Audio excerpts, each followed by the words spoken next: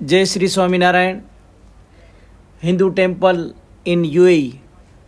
ગુરુવારે મંદિરનું એક પ્રતિનિધિ મંડળ નવી દિલ્હીમાં વડાપ્રધાનના નિવાસસ્થાને પહોંચ્યું હતું અને સ્વામિનારાયણ સંસ્થા વતી પૂજ્ય ઈશ્વરચરણ સ્વામીજી અને પૂજ્ય બ્રહ્મચારી સ્વામીજીએ પીએમ મોદીને ગુરુવર્ય મહંત સ્વામીજી વતી મંદિરના ઉદ્ઘાટન માટે આમંત્રણ આપ્યું હતું અને આ આમંત્રણની આખી વાત તમારા સમક્ષ કરું છું. આ તસવીર પણ આમંત્રણની ઇન્વિટેશનનું કાર્ડ એ પણ તમારી સામે રજૂ કર્યું. તો આખી વાત તમારા સમક્ષ કરું છું. તો આ વિડીયોને છેલ્લે સુધી તમે બન્યા રહેજો અને આ ચેનલને સબસ્ક્રાઈબ, લાઇક અને શેર કરવાનું ભૂલતા નહીં. કારણ કે સ્વામિનારાયણ ભગવાનની કૃપાથી તમે મારો વિડીયો 40,000 લોકો જુઓ છો પણ સબસ્ક્રાઈબ નથી કરતા. તો મારી ચેનલને સબસ્ક્રાઈબ, લાઇક અને શેર જરૂર કરજો. એટલા માટે હું ભગવાન સ્વામિનારાયણની હર વખતે વાત કરતો હોઉં છું અને અત્યારે પણ હું વાત કરું છું કે સંયુક્ત આરબ અમીરાત યુએઈની રાજધાની અબુધાબીમાં પ્રથમ ભવ્ય હિન્દુ મંદિર ખુલવા જઈ રહ્યું છે. આ હિન્દુ મંદિરનું ઉદ્ઘાટન આવતા વર્ષે 14 ફેબ્રુઆરીએ થશે અને આ હિન્દુ મંદિરનું ઉદ્ઘાટન વડાપ્રધાન નરેન્દ્ર મોદી કરશે. ગુરુવારે મંદિરનું એક પ્રતિનિધિ મંડળ નવી દિલ્હીમાં વડાપ્રધાનના નિવાસસ્થાને પહોંચ્યું હતું. BAPS સ્વામિનારાયણ સંસ્થા વતી પૂજ્ય ઈશ્વરચરણ સ્વામીજી અને પૂજ્ય બ્રહ્મ વિહારી સ્વામીજીએ PM મોદીને ગુરુવર્ય મહંત સ્વામીજી વતી મંદિરના ઉદ્ઘાટન માટે આમંત્રણ આપ્યું હતું.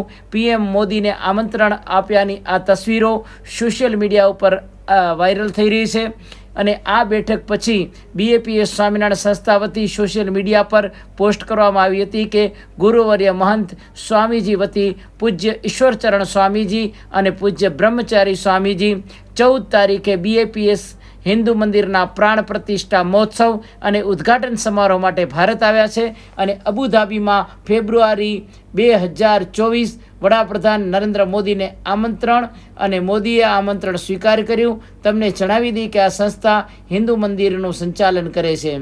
તો આવી રીતે અબુધાબીના મંદિરના પ્રતિનિધિ મંડળે PM મોદી સાથે લગભગ 1 કલાક સુધી અનૌપચારિક મુલાકાત કરી હતી. આ દરમિયાન વૈશ્વિક સંપાદિતા માટે હિન્દુ મંદિરના મહોત્સવ અને વૈશ્વિક મંચ પર ભારતના આધ્યાત્મિક નેતૃત્વના મોદીના વિઝનની પણ ચર્ચા કરવામાં આવી હતી. તમને જણાવી દઈએ કે અબુધાબીનું આ પહેલું મંદિર છે જે આ વક્બા સ્થાન પર 20,000 ચોરસ મીટરની જમીન પર બનેલું છે.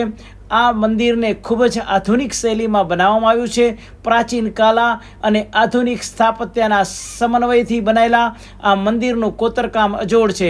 મંદિરની વેબસાઇટ અનુસાર આ મંદિર શાહી પરંપરાગત હાથથી કોતરેલા પથ્થરોથી બનેલું છે અને વડાપ્રધાન નરેન્દ્ર મોદી સાહેબ 2018માં મંદિરનો શિલાન્યાસ કર્યો હતો.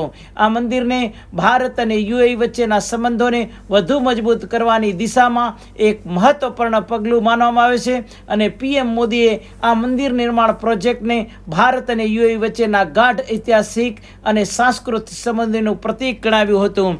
તમને અહીંયાથી જણાવી દઈએ કે નરેન્દ્ર મોદી સાહેબે ખૂબ મહાન કાર્યો કર્યા અને એ પણ જે આખી ઇસ્લામિક કન્ટ્રી છે અને એ ઇસ્લામિક કન્ટ્રીની અંદર મંદિરનો શિલાન્યાસ કર્યો અને મંદિરનું ઉદ્ઘાટન કરવા માટે પણ નરેન્દ્ર મોદી સાહેબ જશે અને રામ મંદિર જે 22 તારીખે જેનું ઉદ્ઘાટન કરવાનું છે ત્યાં પણ મોદી સાહેબ જશે.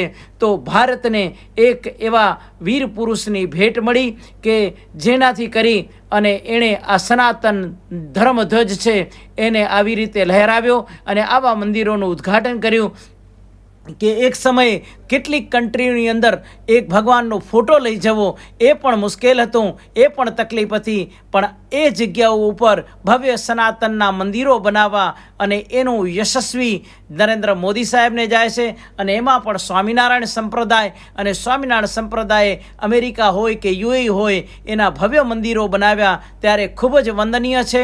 અને આવી રીતે સનાતન ધર્મનો જે પણ ફેલાવો થઈ રહ્યો છે, સનાતનના અનુયાયીઓ એની ટોચ ઉપર આ રીતે ભગવાનના નામનું સ્મરણ અને ભગવાનના નામનો આટલો પ્રચાર કરે છે એ વંદનીય છે.